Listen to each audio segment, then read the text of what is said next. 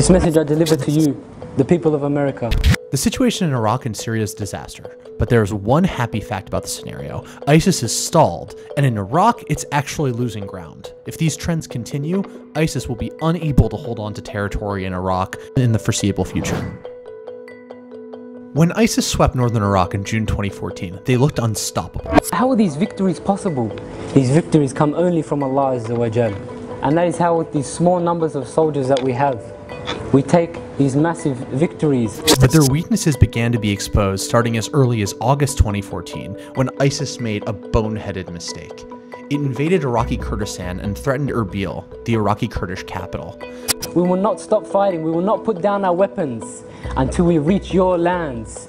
The Peshmerga defended themselves and then turned the tables on ISIS and began offensive maneuvers, which seriously crimped ISIS's style in northern Iraq. Bring every nation that you wish to us. Bring every nation that you want to come and fight us. It means nothing to us. Moreover, there were Americans in Erbil, and the United States was not going to allow ISIS to pose a serious threat to its own citizens.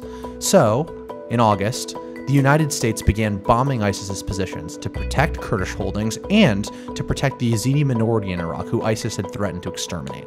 And to the leaders, to Obama, to Tony Abbott, I say this: these weapons that we have, these soldiers, we will not stop fighting, we will not put down our weapons. The Iraqi army that was swept over in June was weak, disorganized, and full of people who fled from the first sight of battle.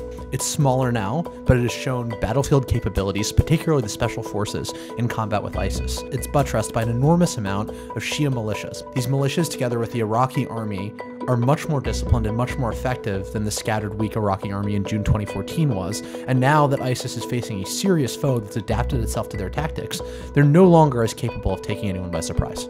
The US airstrikes since August and September have been more effective than most observers suggested. The reason that's true is ISIS's obsession with territory. It wants to openly defend territory, and that means putting their troops out in ways that make them vulnerable to air power in conventional battles. That's why US airstrikes have been so effective at disrupting ISIS. Bring your planes, bring everything you want to us, because it will not harm us. Why? Because we have Allah Azza wa Jal, and this is something that you do not have. To say ISIS is losing isn't to say that ISIS is going to disintegrate sometime in the next year or so. This may take a while, and moreover, the group may somehow reconstitute itself as an insurgent group or a terrorist group after it loses control of territory. The fact that ISIS is losing refers to the fact that it is increasingly incapable of holding on to territory, which is its key mission right now as the Islamic State. Takbir!